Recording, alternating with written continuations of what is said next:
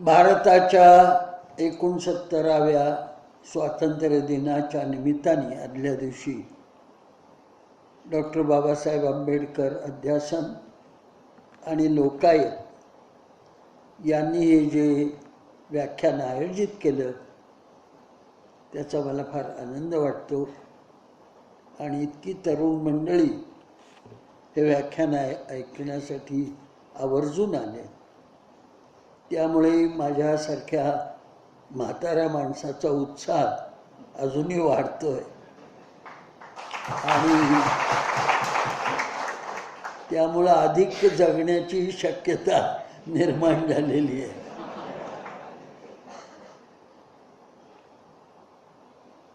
सावित्रीबाई फुले पुणे विद्यापीठ हे नामांतर झाल्यानंतर मी प्रथमच इथे आलो. डॉक्टर लोखंडे, डॉक्टर शिरसाट इथे बसलेत, त्यांच्यामुळे मी इथं अनेक वेळा आलो, याही सभागृहात बोललो. आणि डॉक्टर बाबासाहेब आंबेडकर अध्यासनाचे प्रमुख डॉक्टर विजय खरे झाल्यानंतर प्रथमच मला या ठिकाणी यायची संधी मिळाली, याचाही मला फार आनंद आहे. नीरज जैन यांनी लोकायतच्या वतीने जे कार्यक्रम चालवले ते अत्यंत महत्त्वाचे, तरुणांना उत्साह प्रोत्साहन देणारे आणि तरुणांना आजच्या परिस्थितीची यथातथ्य जाणीव निर्माण करून देणारे आहेत, यात काही शंका नाही. सावित्रीबाई फुले यांचं नाव या विद्यापीठाला देणं अत्यंत औचित्यपूर्ण आहे. त्या केवळ महात्मा फुलेंची पत्नी म्हणून ओळख पुरेशी नाही. महात्मा फुले 1990 साली गेले. त्यानंतर 7 वर्षे सत्यशोधक समाज असो, प्लेग निवारणाचं कार्य असो, दुष्काळ निर्मूलनाचं कार्य असो, त्यासाठी ज्या तडफेनी, ज्या निर्धाराने आणि अक्षरशः स्वतःच्या प्राणाची पर्वा न करता त्यांनी जे काम केलं ते काम विलक्षण, उत्साहवर्धक, प्रेरक असंच आहे. त्यामुळे त्यांचं नाव या विद्यापीठाला दिलं ही फार योग्य गोष्ट झाली असं माझं मत आहे. माझी विनंती अशी आहे तरुणांना की त्यांनी सत्यशोधक समाजाचा इतिहासही या निमित्ताने समजावून घेतला पाहिजे आणि सावित्रीबाईंचं त्याच्यातलं कामही समजावून घेतलं पाहिजे. जर तुम्हाला भारताचा आणि विशेषतः महाराष्ट्राचा इतिहास समजावून घ्यायचा असेल तर सत्यशोधक समाजाच्या बद्दलची माहिती तुम्हाला यथातथ्यपणे चांगली झाली पाहिजे असं माझं मत आहे. महात्मा फुले असो, शाहू महाराज असो, डॉक्टर बाबासाहेब आंबेडकर असो, हे एका मालिकेतली सुधारक मंडळी किंवा सामाजिक क्रांतिकारक मंडळी आहेत. तेव्हा त्याच्यामध्ये सावित्रीबाईंचं नाव हे चपलाकपणे बसतं. तेव्हा या सर्वांच्या बद्दलची माहिती आपण या निमित्ताने घेत राहावी अशी विनंती मी आपल्याला करतो. माझ्या पुढचा आजचा विषय जो आहे तो अतिशय महत्त्वाचा आहे. तो मी 3 भागामध्ये त्याची मांडणी करायचा प्रयत्न करणार. एक भाग स्वातंत्र्य चळवळ, दुसरा भाग नेहरू युग, साधारणपणे 25 वर्षाचं स्वातंत्र्य प्राप्तीनंतरचा आहे, आणि तिसरा भाग त्यानंतरचा कालखंड. या 3 भागामध्ये मी माझी मांडणी या ठिकाणी करणार आहे. स्वातंत्र्य चळवळीबाबत ही गोष्ट मला आवर्जून आपल्याला सांगितली पाहिजे की स्वातंत्र्याची चळवळ केवळ 1857च्या क्रांती पासूनच सुरू झाली असं मानायचं काही कारण नाही. त्याच्या आधीपासून ब्रिटिश आल्यापासून अनेक चळवळी झालेल्या आहेत. उमाजी नाईकाचं झालेलं आहे, बिरसा मुंडाचं झालेलं आहे, चाफेकरांचं झालेलं आहे, वासुदेव बळवंतांची झाली. अशी अनेक बंड म्हणा, लढाया म्हणा किंवा ब्रिटिशांच्या विरुद्धचे उठाव म्हणा, हे असे अनेक उठाव सबंध देशभर होत गेलेले आहेत. आणि मला ही गोष्ट आवर्जून आपल्यापुढे मांडायची आहे की याच्यातले बहुसंख्य उठाव हे आदिवासींचे होते. आदिवासींनी ज्या पद्धतीने उठाव केले ब्रिटिशांच्या विरुद्ध स्वातंत्र्यासाठी, याची नोंद इतिहासात पुरेशी नाही. ती घेण्याची गरज आहे आणि त्याचाही विचार तुम्हा आम्हाला केला पाहिजे. 1857चं बंड, याच्यावर खूप लिहिलं गेलेलं आहे, सविस्तर आहे. सावरकरांचं पुस्तक आहे, अनेकांची पुस्तकं आहेत, त्याबद्दल तुम्हाला माहिती चांगल्या त्यांनी मिळेल. परंतु स्वातंत्र्य चळवळीतलं एक धगधगता अंगार असं म्हणता येईल अशी ती चळवळ आहे. त्याचबरोबर स्वातंत्र्य सैनिकांनी, विशेषतः सशस्त्र बंडखोरांनी जी कामं केली आहेत ती अत्यंत ऊर्जास्वल आणि अत्यंत दीप्तिमान अशा तऱ्हेची ती कामगिरी आहे. अंदमानमध्ये अनेक काळ्या पाण्यावर गेले, त्याच्यामध्ये हजारो माणसं तिथे हुतात्मा झाली. त्याच्यातला पहिला हुतात्मा अहमद शाह आहे, तो मुस्लिम समाजाचा आहे. आदिवासी, तो अंदमानामध्ये तो तिथे गेला. अशी अनेक मंडळी, अनेकांची नावं सांगता येतील. तेव्हा 1857 नंतर जे सशस्त्र बंडखोरीचे प्रयोग झाले, हे प्रयोग फार महत्त्वाचे आहेत. त्याच्यातला भगतसिंगांचा जो पर्व आहे, हे पर्व तर विलक्षण तेजस्वी, विलक्षण प्रेरणा देणारं, स्फूर्तिदायक अशा तऱ्हेचं ते आणि त्यांचं जे गीत या ठिकाणी ज्या पद्धतीने गायलं गेलं, त्यामुळे माझी खात्री आहे की तुमच्या प्रत्येकांचे बाहू हे जरा फुरफुरायला लागले असतील असा मला विश्वास. भगतसिंगाचं नाव घेतल्याबरोबरच आपल्या मनामध्ये एक आवेश येतो. पण भगतसिंग हा सशस्त्र बंडखोर होता, सशस्त्र क्रांतिकारक होता एवढं म्हणून भागणार नाही. तर त्यांनी जे विचार मांडले ते विचारही नीट लक्षात घेतले पाहिजेत आणि ते फार महत्त्वाचं आहे. भगतसिंग आणि सशस्त्र क्रांतिकारकामध्ये लिहिणारी माणसं थोडी होती. सावरकर, भगतसिंग अशी फार थोडी माणसं होती. पण ज्यांनी लिहिले ते फार महत्त्वाचं वाङ्मय आहे. आणि भगतसिंगाचं वाङ्मय तर फारच महत्त्वाचं आहे, कारण सावरकरांच्या नंतरच्या पिढीतले ते आहेत आणि त्यांनी सोव्हिएट रिपब्लिकन आर्मी निर्माण केली होती. ही गोष्ट आपण लक्षात घेतली पाहिजे. त्यांची सबंध मांडणी ही अत्यंत प्रेरणादायी आहे. विशेषतः त्यांचा विचार समाजवादी विचार होता, समतावादी विचार होता आणि ती मांडणी त्यांनी फार चांगल्या त्यांनी केलेली आहे.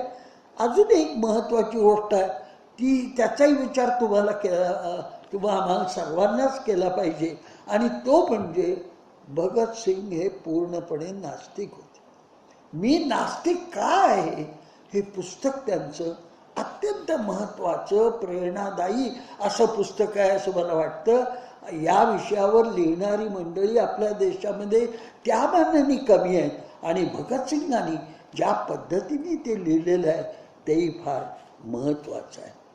हा कालखंड पहिला जो आहे अनेक तऱ्हेचा, तो जरा आपण बाजूला ठेवू. त्याच्याबद्दल खरं म्हणजे तासन तास बोलता येईल. प्रत्येक सशस्त्र क्रांतिकारकाची कथा वेगळ्या पद्धतीने सांगता येईल, पण तितका वेळ आपल्याला या ठिकाणी नाही आणि आज ते मांडण्याची गरज आहे असं मला वाटत नाही. त्यानंतर संघटित प्रयत्न जे झाले,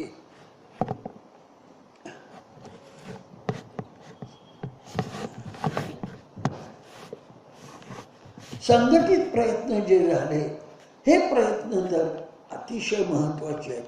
आणि ते प्रयत्न 1885 पासून सुरू झाले. काँग्रेसची स्थापना झाली आणि काँग्रेसची स्थापना ही मुळी एका ब्रिटिश माणसानेच केली.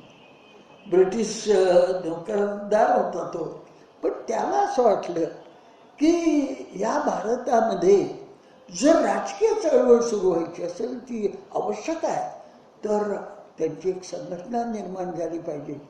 म्हणून हेनरी ह्यूम आणि कॉटन यांनी त्याच्यात जरा उठाव घेतला, पुढाकार घेतला आणि मग न्यायमूर्ती रानडे आहेत वगैरे, तेलंग वगैरे जुन्या काळातली माणसं, त्यांनी काय झालं,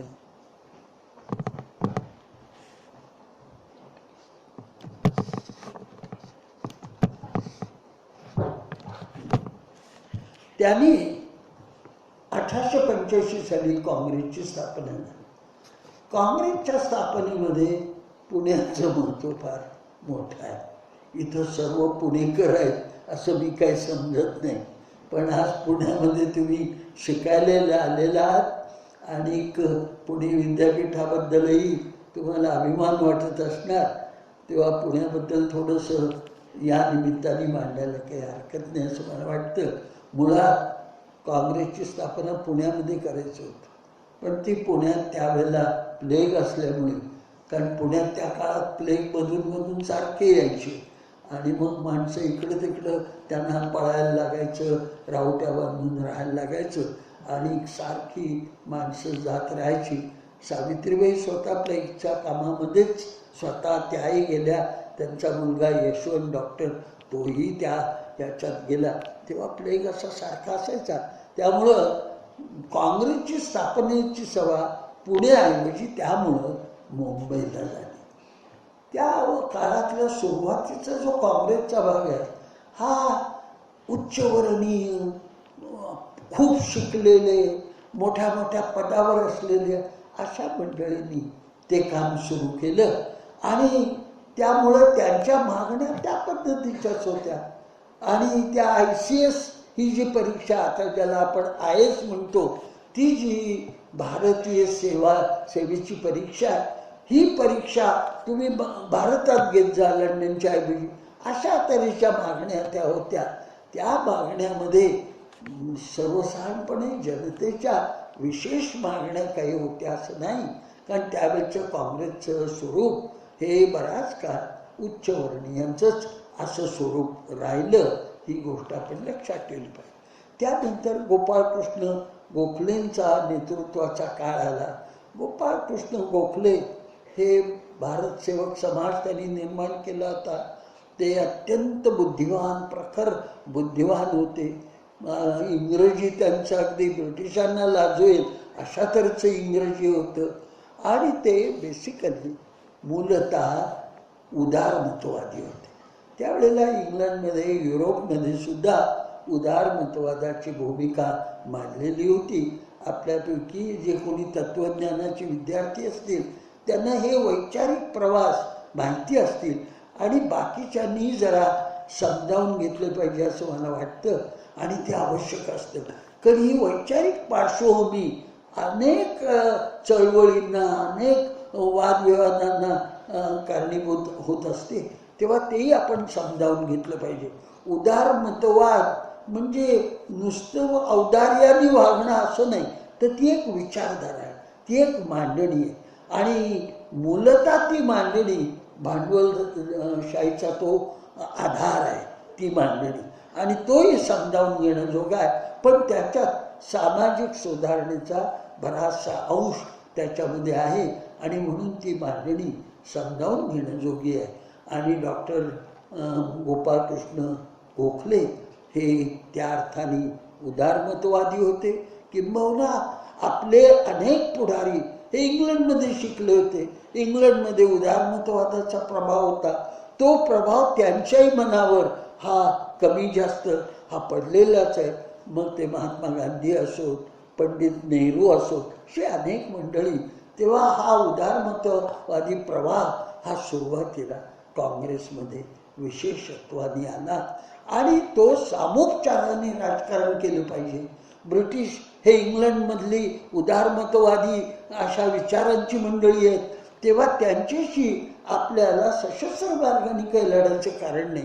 संविधानिक मार्गाने आपल्याला त्यांच्याशी लढणे शक्य आहे, मागण्या मान्य करून घेणं शक्य आहे, त्यांना पटवून देणं शक्य आहे. अशा भूमिका ह्या काँग्रेसच्या सुरुवातीच्या काळात होत्या आणि गोखलेंच्या त्या पिढीमध्ये त्या भूमिकेला अधिक महत्त्व आहे. त्यानंतर काँग्रेसमध्ये जहाल हे टिळक आले. 1960ला ते त्यांचं नेतृत्व सुरू झालं, पण 1914 पासून म्हणजे ते अंदमानमध्ये त्यांना भंडारलेला पाठवलं तुरुंगामध्ये. 6 वर्षाची तुरुंग भोगून ते आले आणि मग काँग्रेसचं नेतृत्व त्यांच्या हातात गेलं. ते जरा जहाल प्रवृत्तीचे होते. गोखले आणि टिळक यांच्यामध्ये गोखले हे मवाळ मानले जायचे आणि अर्ज विनंत्या या पद्धतीने आणि आपली मांडणी तर्कशुद्ध पद्धतीने मांडली म्हणजे राज्यकर्त्यांना ती पटली पाहिजे, कळली पाहिजे. आणि ब्रिटिश राज्यकर्ते हे जरा उदारमतवादी त्या पद्धतीने त्यांचं असेल. आणि टिळक हे जहाल मानले जात आणि त्यांनी काँग्रेसला जहाल रूप देण्याचा प्रयत्न अटीतटीने केला. हे आपल्याला कबूलच केलं पाहिजे. सामाजिक दृष्टीने मात्र ते जितके प्रखर असायला पाहिजे, जितके आग्रही असायला पाहिजे तसे नव्हते, हेही आपण लक्षात घेतलं पाहिजे. त्या काळामध्ये सामाजिक प्रश्नावरती आगरकर आणि टिळक यांचे वाद व्हायचे आणि ते वाद फार महत्त्वाचे आहेत. वास्तविक ते अगदी समवयस्क बरोबर राहिलेले. एक शिक्षण संस्था त्यांनी डेक्कन एज्युकेशन सोसायटी सुरू केलेली. त्याचे पहिले प्राचार्य आगरकर होते, टिळक तिथे शिकवत होते. असा तो आणि अगदी घनिष्ठ मित्र असे ते होते. परंतु सामाजिक प्रश्नाच्या बाबत मात्र अगदी दोघांचं डोळे परस्पर विरोधी होते. दोघांचे विचार हे अगदी वेगळे वेगळे होते. आणि त्याच्यामध्ये आगरकरांचं म्हणणं असं आहे की आपल्याला सामाजिक सुधारणावर आधी भर दिला पाहिजे, समाजाला सामाजिक प्रश्न समजावून दिले पाहिजे, त्यांचं वागणं त्यांचे आचार हे जरा आधुनिक केले पाहिजेत.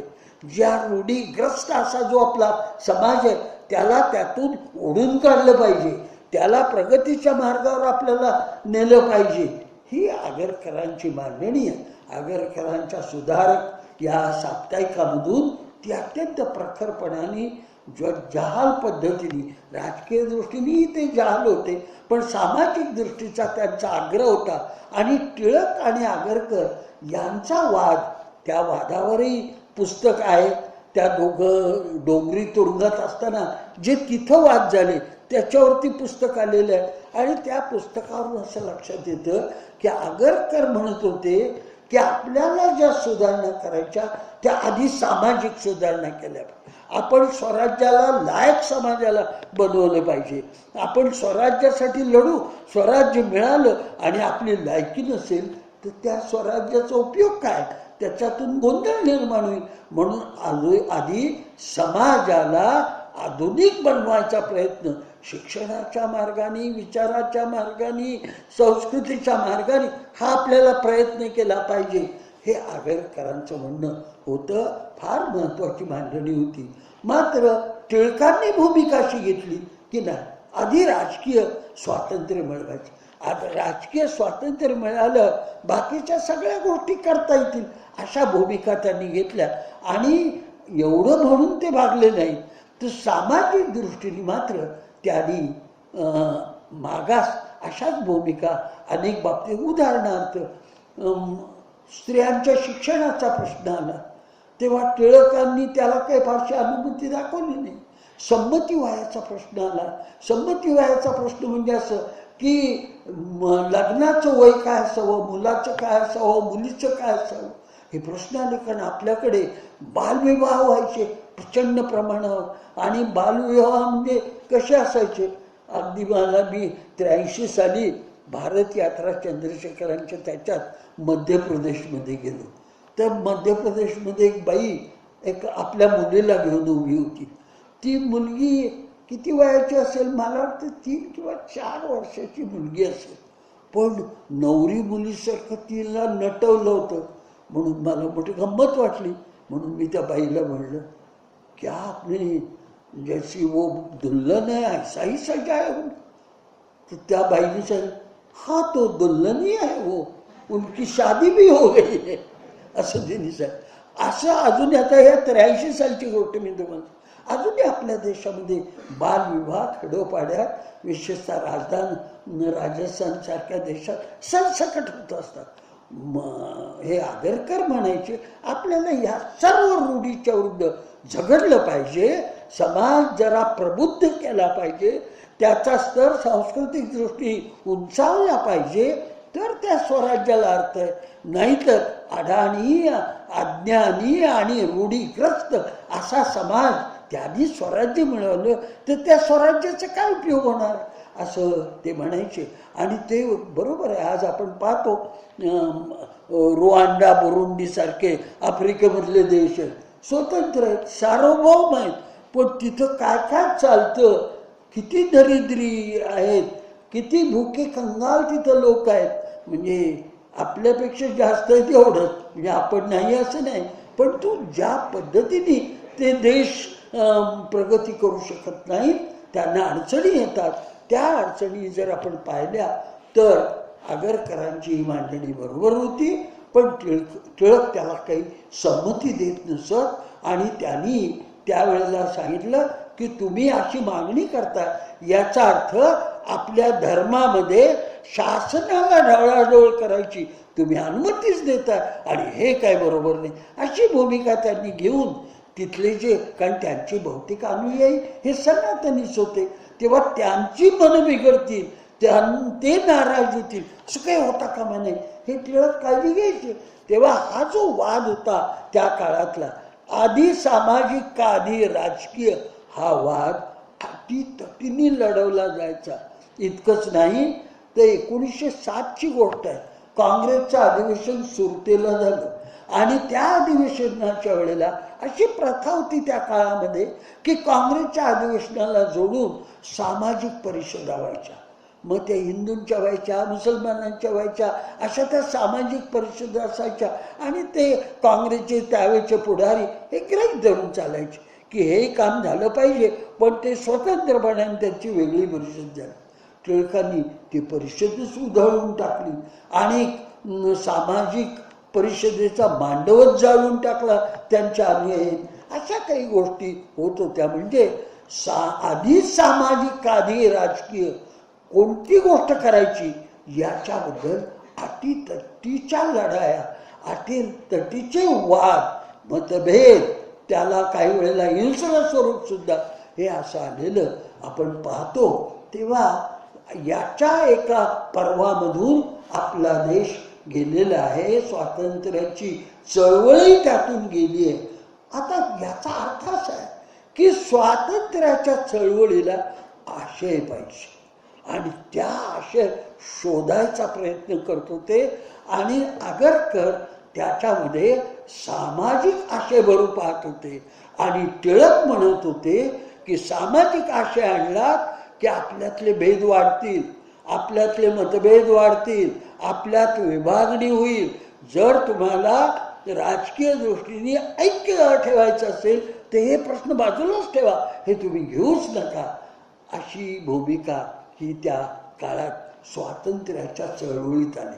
आता मी तुमचं लक्ष कशाकडे वेधतोय ते लक्षात घ्या की स्वातंत्र्य चळवळीलाही विचारधारा असली पाहिजे, काही भूमिका असली पाहिजे.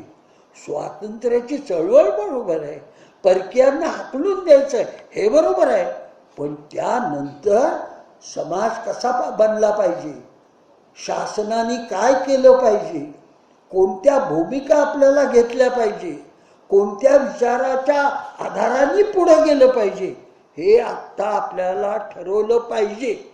हे स्वातंत्र्य चळवळीमध्ये सुरुवातीच्या काळामध्ये, म्हणजे 20व्या शतकाच्या पहिल्या काळामध्ये, पहिल्या भागामध्ये ही चर्चा आणि हे वाद स्वातंत्र्य चळवळीत आले. हे मोठे मनोरंजक वाद आहेत, हे समजावून घेण्याजोगे आहेत. आता आपल्याला या काळात त्या वादांची गंमतही वाटेल की संमती वयाचा कायदा हा काय, कशासाठी संमती वयाचं बंधन शासनाने काय. पण असं लक्षात येतं की ज्या देशात म्हणजे मुलगी म्हणजे मुलीची आई गर्भार असतानाच तिच्या पोटाला कुंकू लावायची की तिची मुलगी झाली तर माझ्या मुलाला दे म्हणून कुंकू लावायचं. असा जो देश, त्या देशामध्ये नाही, हे बदललं पाहिजे, ह्या रूढीग्रस्तता संपवली पाहिजे आणि हे विचार आता आपल्याला घेतले पाहिजे. अशा कल्पना हळूहळू ह्या यायला लागल्या. ही गोष्ट फार महत्त्वाची. त्या सुमारास रशियाची राज्यक्रांती झाली आणि रशियाची राज्यक्रांती ही मार्क्सवादावर आधारलेली क्रांती होती. कार्ल मार्क्स हा रशियातला, त्याला लंडनला नाही, कार्ल मार्क्स जर्मनीतला, त्याला मग लंडनला जाऊन राहावं लागलं, वनवासातच राहावं लागलं. पण त्यांनी जी मांडणी समाज व्यवस्थेची केली, ही मांडणी प्रत्येक माणसाने समजावून घेतली पाहिजे, कारण त्याच्यामुळे संबंध जग बदललेलं आहे. त्यांनी समाजाचा जो अभ्यास केला, मार्क्सवादाच्या भूमिका मी सर्व सांगत बसत नाही, पण मला त्याच्यातलं जे महत्त्वाचं वाटतं की समाजाच्या इतिहासाकडे कसं पाहायचं, त्याच्यातले संघर्ष कसे ओळखायचे. त्याच्यामध्ये असं नेहमी होतं की सत्ता आली की ती बड्यांच्याच हातात जाते. हे का होतं हे जर समजावून घ्यायचं असेल तर मार्क्सवाद हा समजावून घेतलाच पाहिजे. आणि तो मार्क्सवाद पचवणाऱ्या लेनिननी रशियामध्ये फार जबरदस्त अशी क्रांती केली. ज्या पद्धतीने संघटन केलं, रशियन राज्यक्रांतीवर अफाट लिहिलं गेलेलं आहे. ट्रॉट्स्कीनी तर रशियन रेव्होल्युशनवरचं एक पुस्तक लिहिलं आहे, 1500 पानाचं पुस्तक आहे. तेव्हा तुम्ही ते क्रांतीच्या आणि मार्क्सवादाच्या ह्या गोष्टी वाचत गेला तर तुम्हाला ही क्रांती कशी झाली, काय पद्धतीने झाली, कोणत्या विचारांनी झाली आणि त्यामुळं रशियन सोव्हिएट स्टेट हे कसं निर्माण झालं आणि त्यांनी समाजाला कसं बदलवण्याचा प्रयत्न केला. त्याच्यामध्ये आंतरविरोध अनेक होते, अनेक वाद होते.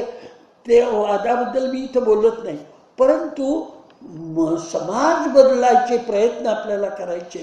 तेव्हा त्या प्रयत्नामध्ये मार्क्सवादाचा प्रयत्न अत्यंत तगडा, अत्यंत महत्त्वाचा आणि वैचारिक दृष्टीने संपन्न असा एक मोठा प्रयोग झाला. हा समजावूनच आपल्याला घेतला पाहिजे.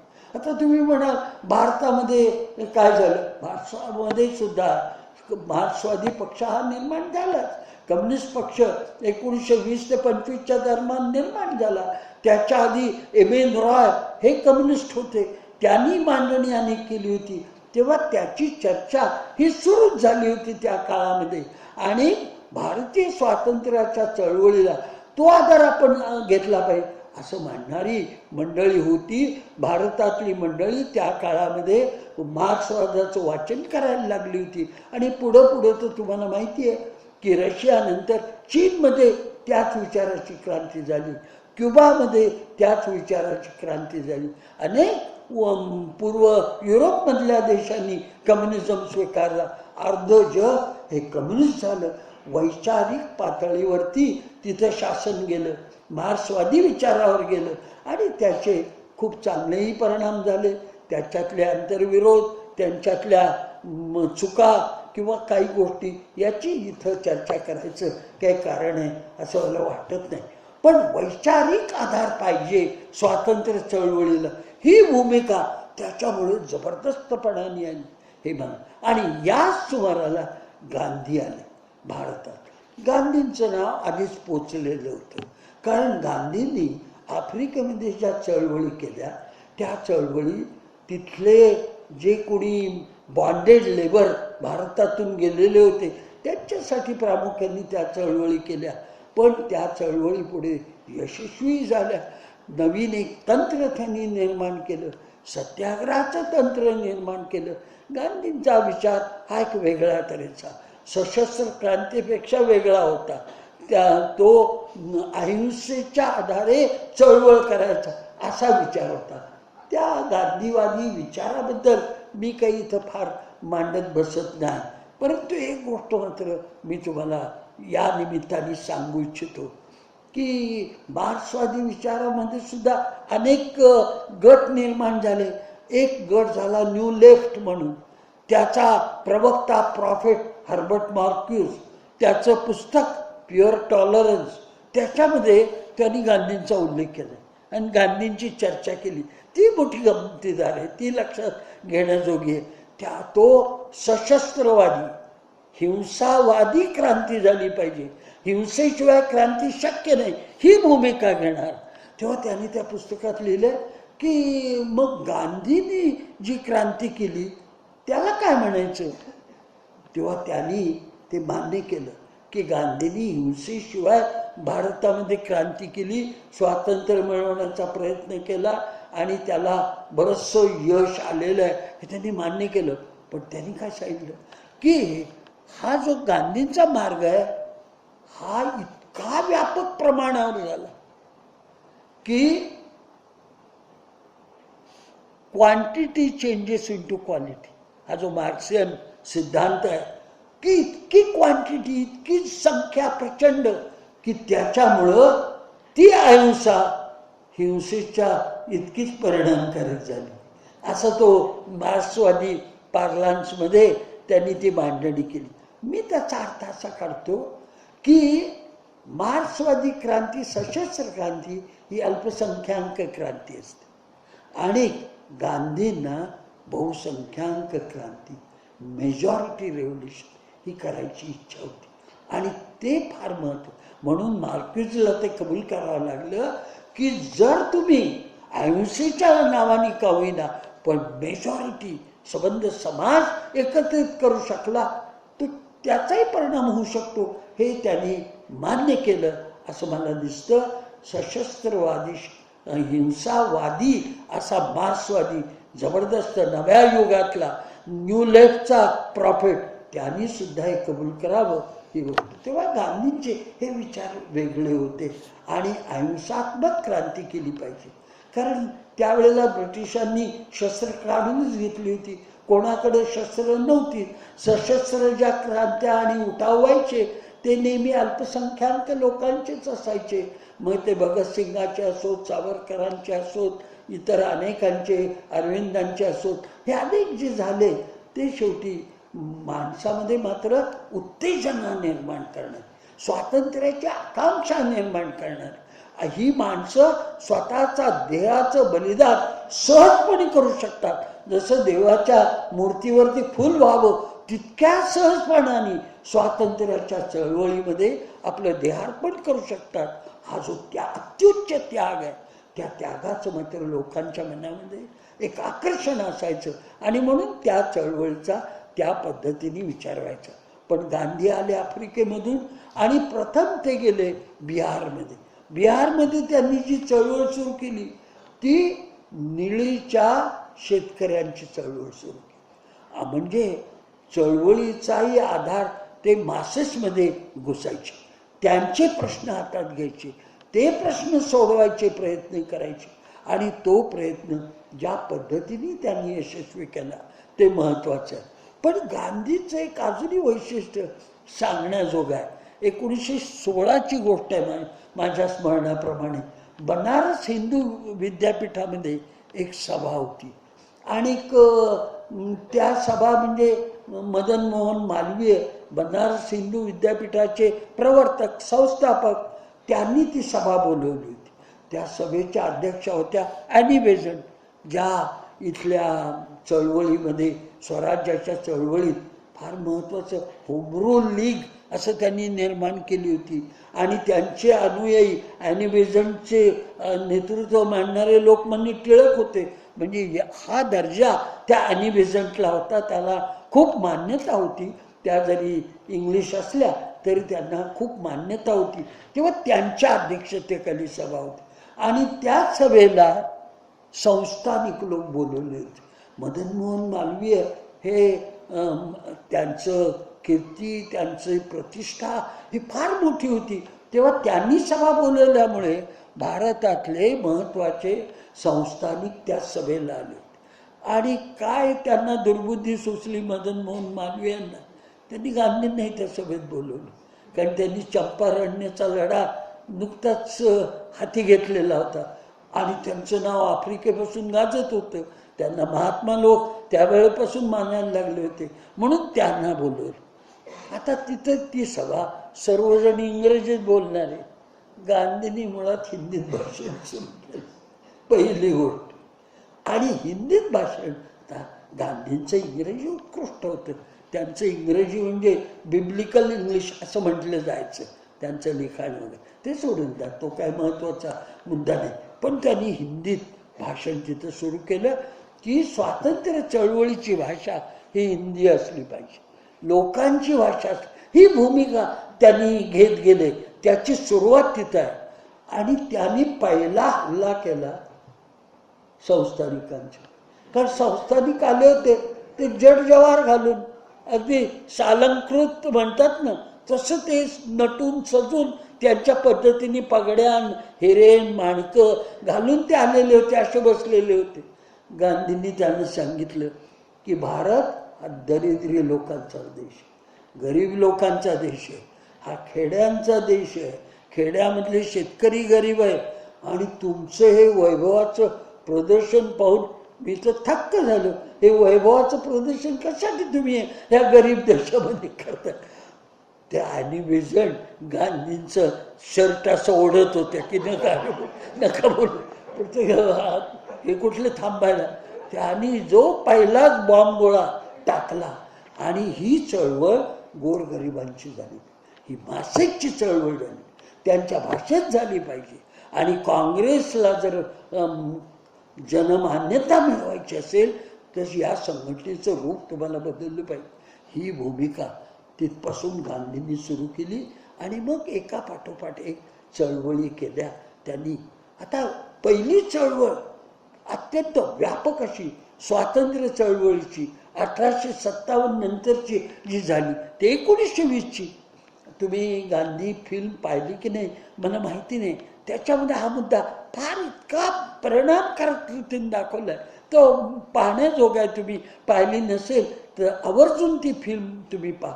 त्याच्यामध्ये गांधी विचार करत राहिले की 20 साली जी चळवळ आपल्याला करायची आहे ब्रिटिशांच्या विरुद्ध, ती चळवळ कुठल्या मुद्द्यावर करायची, त्याची मागणी काय असली पाहिजे.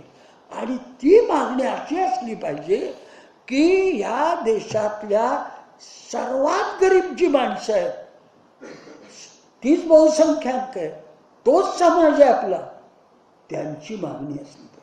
आता ती कोणती मागणी घ्यायची असा गांधी विचार करत राहिले. आणि शेवटी गांधींनी ठरवलं की सर्वसामान्य माणसांची अतिशय गरजेची गोष्ट म्हणजे मीठ आहे. आणि त्या मिठाचा वर कर लादलेला आहे. तेव्हा आपल्याला तीच मागणी करायची की मिठावरचा कर रद्द करा. म्हणून 1920ची चळवळ झाली. तो मिठाचा सत्याग्रह म्हणून मानला गेला. आणि ती संबंध व्यापक अशी चळवळ झाली, यात काही शंका नाही. आणि तिथून काँग्रेसचं स्वरूपच बदललं. दुसरी गोष्ट आता लक्षात घेणे, हळूहळू कसा वैचारिक आधार येत गेला त्या चळवळीला हे पाहण्याजोगं. गांधींच्यामुळे अहिंसाच्या कल्पना आल्या की हिंसक चळवळ करायची म्हणजे सर्वसामान्य माणसाला त्या चळवळीत सहजपणे आला पाहिजे. काय घोषणा द्यायची, खादी वापरायची, काय पिकेटिंग करायचं दारूबंदीसाठी, अशा गोष्टी त्यांनी घेतल्या. आणि ही जनतेची चळवळ कशी होईल ब्रिटिशांच्या विरुद्ध, ब्रिटिश दारूचे परवाने देतात, रद्द करा ते परवाने, अशा मागण्या करत करत ही चळवळ वाढायची. अशी भूमिका हे गांधी घेत गेले, त्यांच्या भाषेत बोलत गेले. आणि त्यांनी मांडणी अशी केली की आपल्याला सर्वात आधी अंत्योदय केला पाहिजे. जो रांगेतला शेवटचा आहे त्याच्यासाठी त्याच्या गरजा काय, त्याच्या मागण्या काय, स्वातंत्र्याच्या मागण्या त्या बनल्या पाहिजेत, ही गोष्ट त्यांनी सांगायला सुरुवात केली. आणि त्या पद्धतीने ह्या चळवळी, त्यामुळे ही चळवळ विस्तारत गेली. त्या काळातली एक गोष्ट सांगण्याजोगी आहे, 1919ची. त्यावेळेस लोकमान्य टिळक होते आणि लोकमान्य टिळकांनी गांधींना सांगितलं, तुम्ही आता काँग्रेसची घटना तयार करा. गांधींनी काँग्रेसची घटना तयार केली आणि त्याच्यामध्ये आपला 11 कलमी कार्यक्रम दिला. आणि त्या कार्यक्रमामध्ये खादी, चरखा वगैरे अशा अनेक गोष्टी होत्या, शिक्षणाचा मुद्दा होता. परंतु महत्त्वाच्या गोष्टी त्यांनी ज्या त्याच्यामध्ये घातल्या, एक म्हणजे अस्पृश्यता निवारण.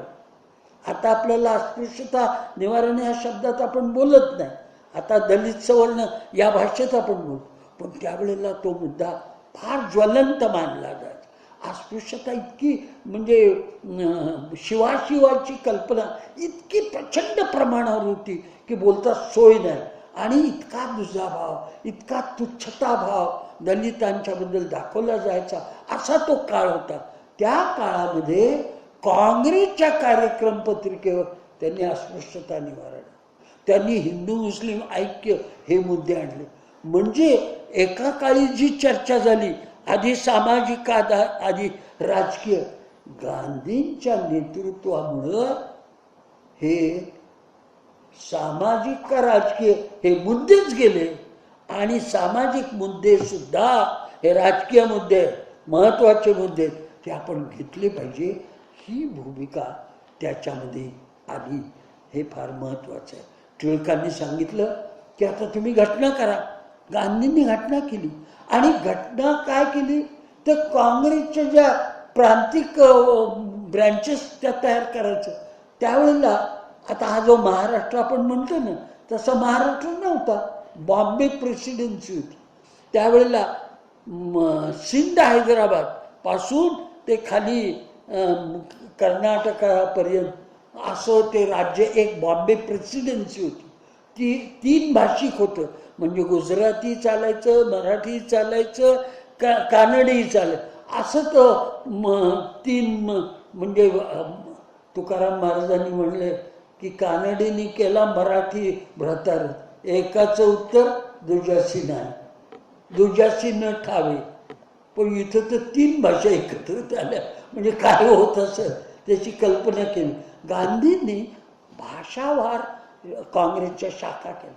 याचा अर्थ भाषेचा मुद्दा आला त्या राजकारणामध्ये की कोणती भाषा वापरायची, कोणती भाषा त्या त्या प्रांतामध्ये, ती भाषा जी महत्त्वाची आहे त्याची.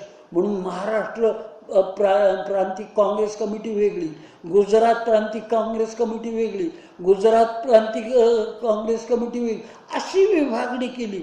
म्हणजे त्याच्यामध्ये भाषा आली. असे अनेक मुद्दे हळूहळू याच्यामध्ये येत गेले असं लक्षात.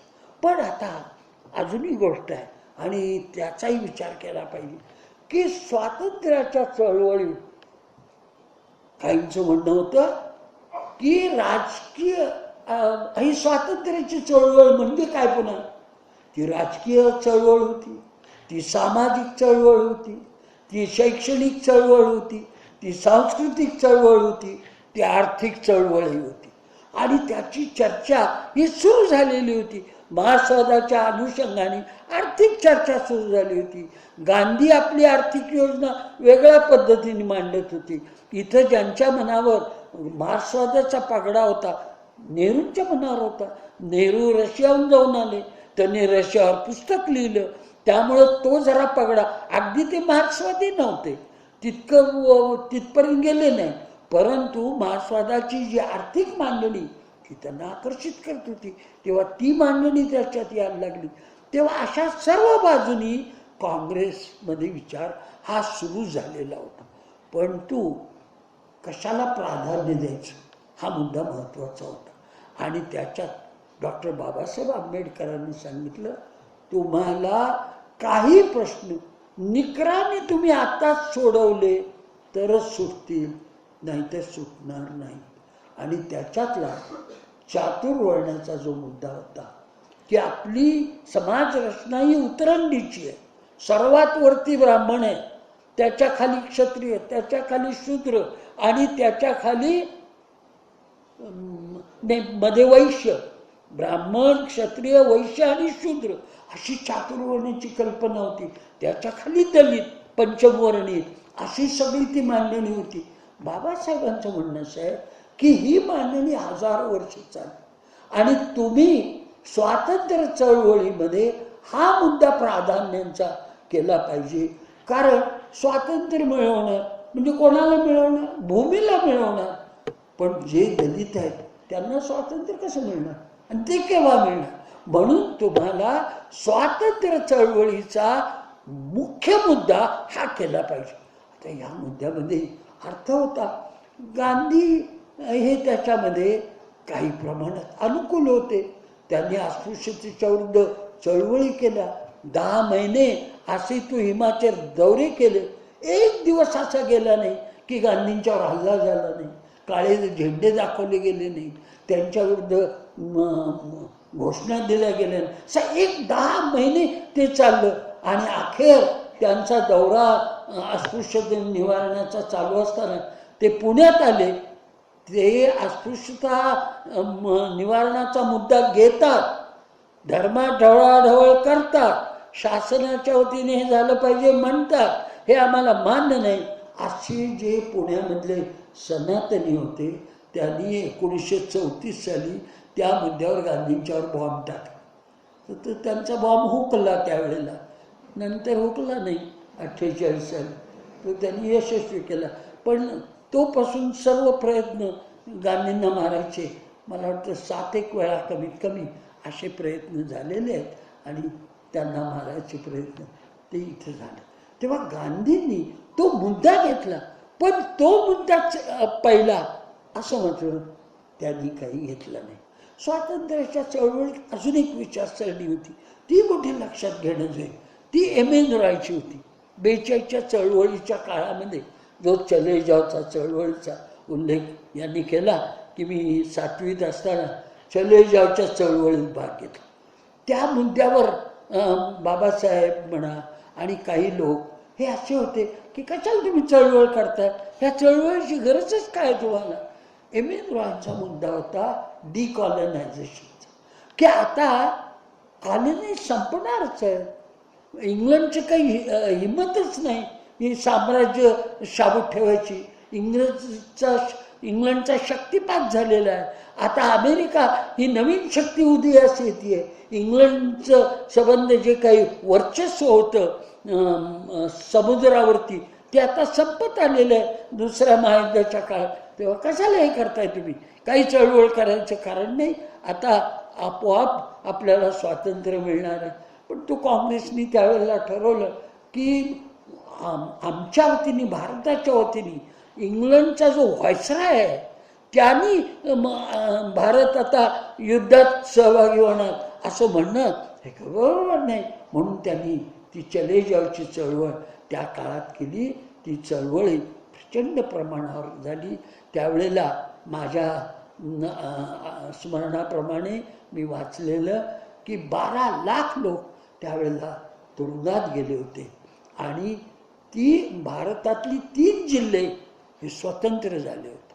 बंगालमधला मिदनापूर, उत्तर प्रदेशातला बलिया आणि महाराष्ट्रातला सातारा. सातारामध्ये नाना पाटलांच्या नेतृत्वाखाली जे प्रतिसरकार निर्माण झालं ते प्रतिसरकार एक नमुना होता. जनतेला हे आपलं सरकार वाटायचं. कारण सावकारशाहीच्या विरुद्ध त्यांनी तिथं मोहिमा केल्या. सावकारशाही खतम केली त्यांनी त्या काळात. गुंडांचा बंदोबस्त केला. सर्वसामान्य माणसाला अभय दिलं. त्यांच्या शिक्षणासाठी व्यवस्था केल्या.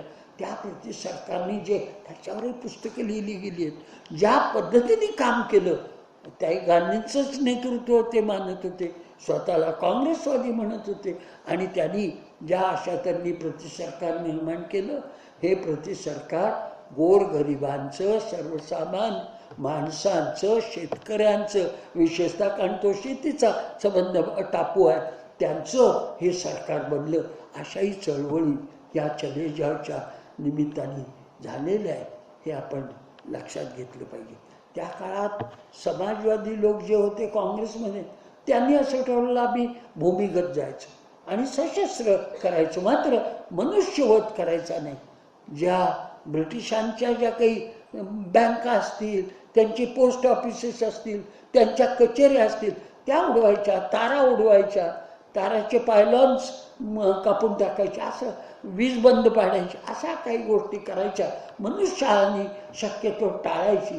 अशी ते JP लोहिया, साने गुरुजी, SM जोशी यांनी ती भूमिका घेऊन त्या काळामध्ये चळवळी केली. याच्यातून एक विचार कम्युनिस्टांचा विचार, एक विचार बाबासाहेब आंबेडकरांचा विचार, तिसरा विचार समाजवादी लोकशाही समाजवादी विचार, चौथा विचार गांधीवादाचा विचार, सर्वोदयवादी विचार, अशा अनेक विचारांच्या घमासान चर्चा त्या काळामध्ये व्हायच्या. मी शाळेमध्ये असताना त्या ज्या चर्चा अटीतटीने व्हायच्या ते मला आठवत आहे. आता कॉलेजमध्ये आणि युनिव्हर्सिटीमध्ये किती चर्चा होतात याची मला कल्पना नाही, पण त्या काळामध्ये शाळेमध्ये सुद्धा चर्चा होत होत्या. तर युनिव्हर्सिटीत किती होत असतील याच्या तुम्ही कल्पनाच केलेल्या बऱ्या. तट असायची आणि ते वैचारिक आधारे, नुसते मारामारीचे नव्हते गट, तर ते वैचारिक गट, कोणी राजाजीवादी, कोणी मार्क्सवादी, कोणी गांधीवादी, कोणी समाजवादी, कोणी रॉयवादी, असे ते गट असायचे. आणि सैद्धांतिक चर्चा, घमासान अशा सैद्धांतिक चर्चा त्या काळामध्ये होत असत. असं करत करत काही वैचारिक आधार स्वातंत्र्य चळवळीला, आणि तो फार महत्त्वाचा. आता मुद्दा असा आहे की बाबासाहेबांनी हा जो मुद्दा मांडला, सामाजिक हे विषमतेचे आपल्या देशातले जे प्रश्न आहेत ते आधी महत्त्वाचे. मार्क्सवादाच्या बाबत जेव्हा लोक चर्चा करतात तेव्हा काय म्हणतात की मार्क्सने मांडला, तो पुस्तकानुरूप त्याचं जी मांडणी आहे की वर्ग हाच महत्त्वाचा, वर्ग संघर्ष हाच महत्त्वाचा, वर्ग विग्रहाला महत्त्व दिलं पाहिजे तरच क्रांती होऊ शकते, लोक असं म्हणायला लागले. बाबासाहेबांनी कम्युनिस्टांना म्हटलं. 29 साली जेव्हा मुंबईमध्ये संप झाला तेव्हा कम्युनिस्ट युनियन्स तिथं होत्या, डांगेंच्या युनियन्स होत्या. तेव्हा बाबासाहेबांनी सांगितलं, तुम्ही कामगारांना संघटित करताय, त्यांचे लढे करताय, त्यांच्या पगारासाठी लढताय, त्यांना न्याय मिळवून द्यायचा प्रयत्न करताय, ही गोष्ट चांगली आहे, परंतु त्यांच्यातले जे भेद आहे त्याचा तुम्ही का नाही विचार केला? तो तुम्हाला केला पाहिजे. तिथं मार्क्सवादामध्ये नाही कदाचित सापडणार, कारण मार्क्सला भारतात जाती व्यवस्था आहे हे माहिती होतं, पण कशा पद्धतीची आहे, किती घट्ट आहे हे नसेल माहिती, म्हणून मार्क्स नसेल त्याचा उल्लेख केला. पण तुम्हाला मला कळलं पाहिजे, म्हणे कामगार एका झेंड्याखाली येतात, एका झेंड्याखाली लढतात, एकत्रित घोषणा देतात, जगातील कामगार एक व्हावं, workers of the world unite ह्या घोषणा देतात, साम्राज्यवाद मुर्दाबाद म्हणतात, तेव्हा एकत्रित लढतात, एकत्रित तुरुंगात जातात, एकत्रित लाठ्या खातात, गोळीबार सहन करतात, रक्त सांडतात, परंतु आपापल्या गावी गेले की विहिरीचं पाणी कोणी भरायचं? दलितांनी भरायचं का नाही? तिथं तो कामगार त्याच्या विरुद्ध बोलायला लागतो. देवळात जायचं का नाही? तिथं तो देवळात कोणी गेला की त्याला मारायला टपतो. हा जो भेद आहे आपल्या देशातला, हा का नाही तुम्ही लक्षात घ्या. हे बाबासाहेबांचं म्हणणं अत्यंत बरोबर होतं आणि त्याचा विचार हा आधी केला जायला पाहिजे होता. पण तो प्रश्न असा आला की तोच मुद्दा घेऊन आधी तो सोडवायचा आणि मग स्वातंत्र्याचा प्रश्न सोडवायचा, असं करायचं का? ही एक मोठी बिकट अशी समस्या त्यावेळच्या नेत्यांच्या पुढे आली. आणि मग त्यांनी असं ठरवलं की आपण राजकीय स्वातंत्र्याचा त्याला अधिक प्राधान्य देऊ, आणि ते मिळालं की आपण हे जे प्रश्न आहेत ते सोडू. ते सुटले नाहीत हे उघड आहे. अजूनही खैरलांजी होतं, करडा होतं, बेलगच्ची होतं, काय काय हे आपण पाहतो. झज्जरला ज्या पद्धतीने 5 लोकांच्या दलितांचे मुर्दे पाडले, ह्या सगळ्या गोष्टी आहेत. त्याच्यात आपण ते प्रश्न सुटले नाही हे लक्षात घेऊ. पण एक गोष्ट झाली, राजकीय स्वातंत्र्यामुळे घटना तयार झाली. घटनेमध्ये मूल्य आली महत्वाची. समतेचं मूल्य आलं, समाजवादाचं मूल्य आलं, लोकशाहीचं मूल्य आलं, प्रत्येकाला एक समान मत मिळालं. कोणत्याही जातीचा असो, कोणत्याही धर्माचा, पंथाचा, स्त्री असो, पुरुष असो, कामगार असो, मालक असो, एक मत. ही समतेची, राजकीय समतेची भूमिका आली. आणि मग बाबासाहेबांच्याकडं घटनेचं खांब आलं आणि तेही गांधींनी दिलं. जेव्हा सुरुवातीला नेहरू यादी घेऊन गेले तेव्हा त्याच्यात बाबासाहेबांचं नाव नव्हतं. गांधींनी विचारलं की इथे लॉ मिनिस्टर कोण होणार आहे. तेव्हा नेहरूंनी सांगितलं की जो लॉ मिनिस्टर होईल त्याला घटना तयार करायची जबाबदारी येणार आहे. म्हणून माझ्यामध्ये इंग्लंडचा एक माणूस आहे आणि त्याला बोलवूनही काम द्यायचं असं. तेव्हा गांधी म्हणले तुला कसं कळत नाही. अरे आपल्या देशामध्ये बाबासाहेब आंबेडकरांसारखा कायद्यामध्ये अत्यंत निष्णात प्रकांड पंडित असताना तू इंग्लंडकडे पाहतोस कशाला. तेव्हा नेहरूंना बाबासाहेबांचं नाव घ्यावं लागलं. त्यांना लॉ मिनिस्टर करावं लागलं. काँग्रेसला ड्राफ्टिंग कमिटीचा अध्यक्ष हे बाबासाहेबांना करावं लागलं. आणि बाबासाहेबांना नेहरूंची साथ पुढे मिळाली आणि त्यामुळं जी घटना तयार झाली ही घटना मात्र फार उत्तम घटना झाली. आज जगभर बाबासाहेबांनी निर्माण केलेली घटना ही एक आदर्श घटना आहे. या घटनेप्रमाणे आपल्या घटना असल्या पाहिजेत असं अनेक देशांना वाटायला लागलं. ही महत्त्वाची गोष्ट आहे आणि त्याबद्दल बाबासाहेबांचं ऋण या देशाने कायम मानलं पाहिजे यात मात्र शंका नाही. तेव्हा ही गोष्ट झाली. राजकीय स्वातंत्र्यामुळं हा मुद्दा मात्र होता. अस्पृश्यता निवारणाचा कायदा झाला. आता काही वेळेला असं होतं की कायदे होतात, घटनाही कागदावर होती, पण ती अंमलात आणली जात नाही. सरकार तेवढं धाडस दाखवत नाही. कारण निवडणुकाचा प्रश्न येतो. निवडणुकीमध्ये कोणाला दुखवायचं नाही, मग सनातन्यांनाही दुखवायचं नाही. मग सती जायचं, सतीचं मंदिर करायचं आलं तर त्यालाही मग जाऊन भेट द्यायची, कारण त्यांची मतं मिळाली पाहिजे. असं मग व्हायला लागतं आणि त्यामुळं घटना पुस्तकात राहते आणि त्याची अंमलबजावणी चांगली होत नाही. असा अनुभव हा आपल्याला आलेला आहे, हे आपण लक्षात घेतलं. त्यानंतर आता स्वातंत्र्य मिळालं, घटना झाली, कारभार सुरू झाला आणि नेहरू युग आला. नेहरू आणि गांधीमध्ये सुरुवातीलाच वाद झाला आणि तो वाद समजावून घेणं. 5 नोव्हेंबर 1947 याच्यामध्ये प्रथम गांधींनी नेहरूंना पत्र पाठवलं आणि नेहरूंनी त्याला उत्तर दिलं. ही त्या दोघांचा पत्रव्यवहार अवश्य वाचला पाहिजे. तो पत्रव्यवहार वाचला म्हणजे 2 दिशा कशा आहेत स्पष्टपणाने आणि त्याचे परिणाम या देशावर कसे प्रचंड झालेले हे आपल्या लक्षात येऊ शकतं. गांधींनी काय सांगितलं की हा देश खेड्यांचा आहे, हा देश प्रामुख्याने शेतकऱ्यांचा आहे, शेती हा या देशाचा पाठीचा कणा आहे. तेव्हा तुम्ही ज्या काही योजना कराल या योजनामध्ये याला तुम्ही अग्रक्रम दिला. थोडक्यात मी सांगितलं, सविस्तर पत्र तुम्ही वाचल्यावर तुमच्या लक्षात येईल. त्यांचा भर शेतीला तुम्ही प्राधान्य द्या, त्यांची परिस्थिती सुधारा असा, आणि खेड्याचा ग्रामविकास त्याला महत्त्व द्या अशा गोष्टी नेहरूंनी त्याला उत्तर दिलं. आणि ते उत्तर दुसऱ्या विचारधारेचं आहे. त्यांनी काय उत्तर दिलं की जोपर्यंत आपण औद्योगिकरणाला महत्त्व देणार नाही तोपर्यंत देशाचा विकास कसा होणार.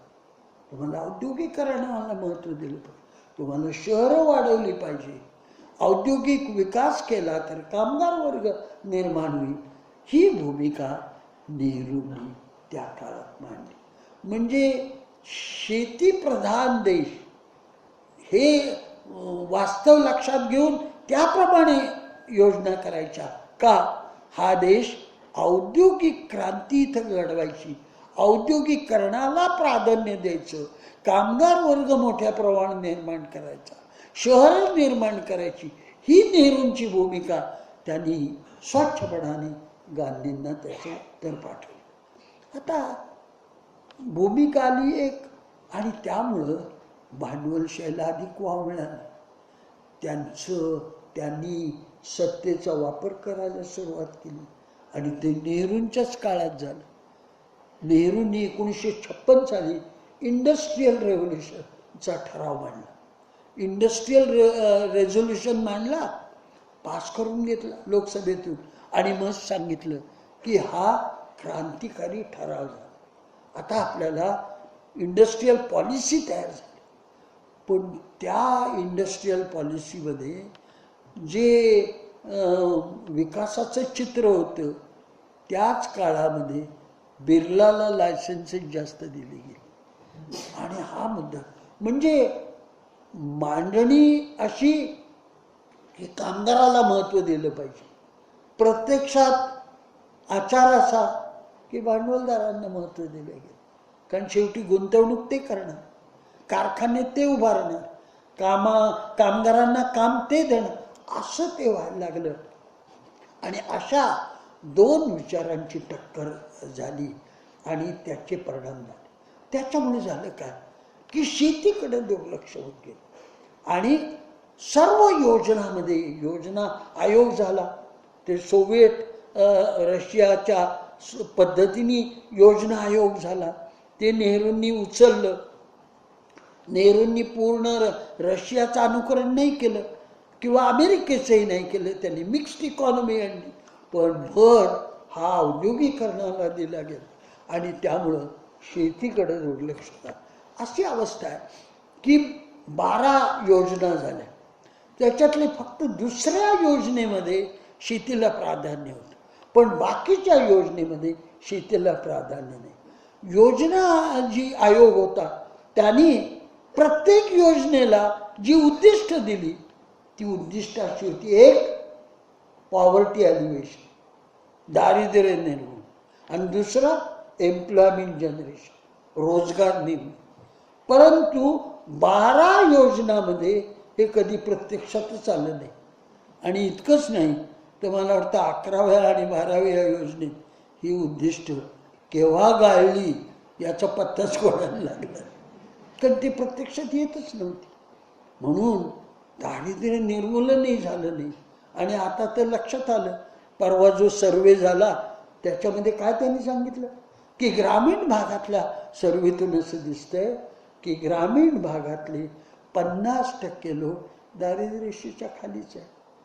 तिथं अत्यंत अतिदरिद्री असा भाग तोही फार मोठ्या प्रमाणावर आहे. त्या सर्वे जर तुम्ही वाचला तर तुमच्या लक्षात येईल. म्हणून इकडं आज जगात कुठं न घडलेली गोष्ट या देशात घडली. तुमच्यापैकी बहुतेक जण ग्रामीण भागातूनच आलेले असणार, शेतकऱ्यांचीच पोरं असणार. पण तुम्हाला ह्या गोष्टीचा किती संताप आहे, चीड आहे, राग आहे, मला कल्पना नाही. जगात न घडलेली गोष्ट आपल्या देशात घडली. 3.25 लाख शेतकऱ्यांनी गेल्या 20 वर्षात आत्महत्या केल्या. माझं म्हणणं असं आहे की इतर कुठल्या देशात 3.25 लाख सोडा, 350 शेतकऱ्या आत्महत्या केल्या असत्या तरी ते शासन राहिलं नसतं. ते शासन तिथं क्रांतीच झाली असते, असं कोणाला अजिबात शंका नाही. पण आपला देश ज्या पद्धतीने चातुर्वर्ण्यावर आधारलेला आहे, सहनशीलता सहन करतो, सहज दारिद्र्य पाहतो, विषमता सहन करतो, असा देश झाल्यामुळं याचं लोकांना काही वाटत नाही. मध्यम वर्ग हा तर भांडवलदारांना अनुकूल झालेला असाच देश आहे. त्याच्यावरती आता पुस्तके लिहिली, ग्रेट इंडियन मिडल क्लास म्हणून. तो मिडल क्लास स्वातंत्र्याच्या चळवळीत आघाडीवर होता, पण स्वातंत्र्य मिळाल्यानंतर आपण फायदा कसा मिळवायचा याच्याशिवाय त्याला दुसरं काही सुचतच नाही. बाबासाहेबांची गोष्ट अशी आहे, एकदा बाबासाहेब दायदा रडायला लागले. माणसानं वाटलं की ते आपलं चुकलं म्हणून जाऊन माफी मागायला लागले. आम्हाला जोड्याने मारा पण तुम्ही रडू नका. अरे म्हणले मी का रडतो?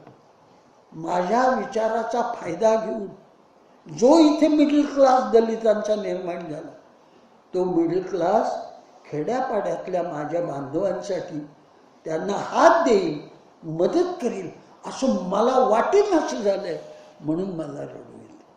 ती गोष्ट संबंध देशभर झाली आहे. मध्यमवर्ग कुठल्याही जातीतला असो, कुठल्याही वर्णातला असो, त्याला बाकीचे जे लोक दारिद्र्यामध्ये पिसतात, अन्यायग्रस्त आहेत, शोषित आहेत, त्यांच्याबद्दल फारशी चिंता वाटत. आपल्या देशामध्ये भटके आणि विमुक्त म्हणजे ज्यांना गावच नाही, घरच नाही, पत्ताच नाही, आणि जे देशभर नुसते हिंडतात त्यांना कुठल्याही गावात 3 दिवसापेक्षा जास्त राहू देत नाही, कारण हे दरोडे घालतील, हे चोर लोक आहेत असं म्हणलं जातं, म्हणून राहूनच देत नाही. असे लोक आहेत. 500 जमाती आहेत, 11 कोटी लोक आहेत. त्यांच्या पोरांच्या शिक्षणाचं काय कोण विचार करते? शासन विचार करत नाही, शिक्षण खाती विचार करत नाही, कुठली युनिव्हर्सिटी त्याचा विचार करत. अशी परिस्थिती आहे, कारण आपल्या संवेदना बोथट झालेल्या आहेत. तेव्हा त्याचा विचार आपल्याला करायला पाहिजे असं. नेहरूंच्या या धोरणामुळं जे काही बदल झाले, त्या बदलामुळं अनेक लोक नाराज झाले. कम्युनिस्टांनी तर तेलंगणाची चळवळ सुरू केली, आणि जे काँग्रेसमध्ये होते ते फिरविचार करायला. उदाहरणार्थ तुम्हाला नाना पाटलांचं दिलं. ते काँग्रेसचे घट्ट अनुयायी होते, गांधींना अत्यंत मानणारे होते. त्यांच्या चळवळीमध्ये गांधी आणि काँग्रेसचं सातत्याने नाव घेतलं जायचं. का सातारचं प्रतिसरकार हे काँग्रेसचे प्रतिसरकार होते, त्यांना ते मानत असत. पण स्वातंत्र्य मिळालं आणि त्यांच्या लक्षात आलं की आता हे सरकार स्वतंत्र भारताचं, सार्वभौम भारताचं सरकार हे शेतकऱ्यांसाठी आणि कामगारांसाठी काही करणार नाही. म्हणून मग त्यांनी शेका पक्ष निर्माण केला. शेका पक्षाचे ते पुढारी बनले. आणि ते बघा कधी त्यांनी परत काँग्रेसमध्ये गेले नाही. ते कम्युनिस्ट म्हणजे शेका पक्ष जेव्हा फार परिणामकारक नाही तेव्हा कम्युनिस्टात गेले, कम्युनिस्ट पार्टीतर्फे खासदार झाले, आणि संबंध देशभर हिंडून कसं शेतकऱ्यांना संघटित करता येईल, त्यांना कसा न्याय मिळवता येईल हा प्रयत्न करा. जी गोष्ट नाना पाटलांची, शेका पक्षाचे संस्थापक केशवराव जेधे, ते महाराष्ट्र काँग्रेस कमिटीचे 36 सालपासून अध्यक्ष होते. अगदी घट्ट हे असे काँग्रेसवादी होते. 42 चळवळीत तुरुंगामध्ये गेले. अनेक सर्व चळवळीमध्ये 20 सालची 20 सालची नाही पण 30 सालपासून ते चळवळीत जात राहिले, तुरुंगात जात राहिले. आणि त्यांच्यामुळं महाराष्ट्रातला जो शेतकरी वर्ग आहे, बहुजन समाज आहे, तो काँग्रेसमध्ये आला. पण त्यांचाही भ्रमनिराश झाला, आणि त्यांनी तुळशीदास जाधव, भाऊसाहेब राऊत यांनी शेतकरी कामगार पक्ष निर्माण केला. त्याच्यामध्ये नाना पाटील गेले. तेव्हा असा जरा फरक हा वैचारिक होत गेला असं आपल्याला. तीच गोष्ट सोशलिस्टांची. 48 साली सोशलिस्ट काँग्रेसमधून बाहेर आले, आणि नेहरूंच्या विचाराबद्दल त्यांच्या मनामध्ये शंका निर्माण व्हायला लागल्या. नेहरू हे अत्यंत बुद्धिवान, ते समाजवादी विचाराचे, याच्याबद्दल शंका नाही. पण ते प्रशासनाला आपल्या विचाराप्रमाणे वागू शकले नाही, किंवा काँग्रेसमध्ये त्यांना पुरेसा पाठिंबा हा मिळू शकला नाही. कारण काही असतील. फार मोठा माणूस यात काही शंका नाही, वैश्विक दर्जाचा माणूस ही गोष्ट खरी आहे, मानवतावादी हेही खरं आहे. इंदिरा गांधीप्रमाणे सत्ताकांक्षी नव्हता तो, पण ते काही प्रशासनाला ज्या पद्धतीने हलवायला पाहिजे तसं नाही हलवू शकले. स्वातंत्र्य मिळाल्यावर वास्तविक त्यांनी शिक्षणाच्या प्रश्नाला महत्त्व द्यायला पाहिजे होतं. सर्व शिक्षण त्यांनी सरकारच्या ताब्यात घ्यायला पाहिजे होतं, मोफत करायला पाहिजे होतं. आणि शिक्षणाची दारं जर संबंध बहुजन समाजाला त्यांनी खुली केली असती तर हा देश पालटला असता. अमर्त्य सेननी तेच सांगितलं की शिक्षण आणि आरोग्य याच्यावर लक्ष दिलं तर महासत्ता होईल, नाही तर कशी महासत्ता होणार? त्याचा काय उपयोग नाही. शस्त्र वाढवाल तुम्ही, शस्त्रांचे साठे वाढतील, युद्धात त्याचा उपयोगही करा, पण उपयोग काय? त्याच्यामुळे थोडंच महासत्ता होणार आहे. शस्त्राचे साठे अमेरिका आणि रशियामध्ये इतके प्रचंड आहे, त्याचा मुकाबला कसा करा? तुमच्यापेक्षा चीनमध्ये अधिक आहे, काय त्याचा उपयोग आहे? म्हणून शिक्षणाकडे लक्ष द्यायला पाहिजे. पण आज सरकारने शिक्षणातलं पूर्णच लक्ष काढून घ्यायचं ठरवलं. गुंतवणूकदारांच्या हातातच शिक्षण देऊन टाकलं, विद्यापीठं देऊन टाकली. आता कुणी शिक्षण महर्षी राहिला नाही, सर्वच शिक्षण सम्राट व्हायला लागले. म्हणजे ही गोष्ट सगळीकडे व्हायला लागली आणि त्यामुळे शिक्षणाच्या चळवळी व्हायला. आज अमेरिकेमध्ये आणि इंग्लंडमध्ये शिक्षणाच्या चळवळी मुलं करतात. कशासाठी चळवळ? तिथं म्हणे बँकातून कर्ज मिळतात. ते म्हणे बँकातून कर्ज मिळतंय पण नोकरी मिळाली नाही तर कर्ज फेडायचं कसं? नोकरीची गॅरंटी घ्या, कोण घेते? कुठलं सरकार घेते? वास्तविक आपल्या सरकारने पूर्ण रोजगार हे उद्दिष्ट ठेवायला पाहिजे. प्रत्येक माणसाच्या हाताला काम द्या, चांगलं वेतन द्या. तुम्ही रेशन मोफत देऊ नका, तुम्ही कसले हप्ते देऊ नका, तुम्ही व्याजदर कमी करू नका. नोकऱ्या तर द्या, पण ते नोकऱ्या नाही द्यायच्या आणि मग पॅकेट्स द्यायची. शेतकऱ्यांना पॅकेट दिलं काय उपयोग? माणसं मरतच जातात, आत्महत्या करतच राहतात. अशी पण तेव्हा वास्तविक पूर्ण रोजगार हे उद्दिष्ट एका काळी असायचं, आता ते नाही. ते त्याचा विचार केला पाहिजे. तरुणांचा आज तुम्ही MA झालाय, PhD व्हाल, काय काय पुढं व्हाल, पण सारखी एक चिंता तुम्हाला रात्रंदिवस म्हणत असेल की पुढं काय? MA झालो, PhD, पुढं काय? असं नोकरी कुठं मिळणार? इंजिनियर होत आहेत, अनेक इंजिनियर बेकार आहे. ही परिस्थिती काय करायचं याचा विचार शासन करत नाही, अशी अवस्था आहे. त्याची कारण आहे. आता काय झालं? सरकारने मग ठरवलं की आपल्याजवळ पैसे वाढले पाहिजे. मग काय करायचं? जागतिकीकरणाची भूमिका घेतली, ग्लोबलायझेशनची भूमिका घेतली. 1991 पासून 80 पासूनच सुरुवात केली इंदिरा गांधींनी, राजीव गांधींनी. आणि 91 साली अधिकृतपणे जाहीर केलं की आता LPG, लिबरलायझेशन, प्रायव्हेटायझेशन, ग्लोबलायझेशन. आणि त्याचे परिणाम, दुष्परिणाम या देशाला शिक्षणाच्या बाबतीत, आरोग्याच्या बाबतीत, शेतीच्या बाबतीत, पगाराच्या बाबतीत इतके भयानक झाले. कामगार कायदे मोडले गेले. आज तुम्ही पहा, कारखान्यामध्ये कॉन्ट्रॅक्ट लेबर 80% आणि परमनंट लेबर 20%. आता कॉन्ट्रॅक्ट लेबरला पगार काय? परमनंटला जर 25-30 हजार असेल तर कॉन्ट्रॅक्ट लेबर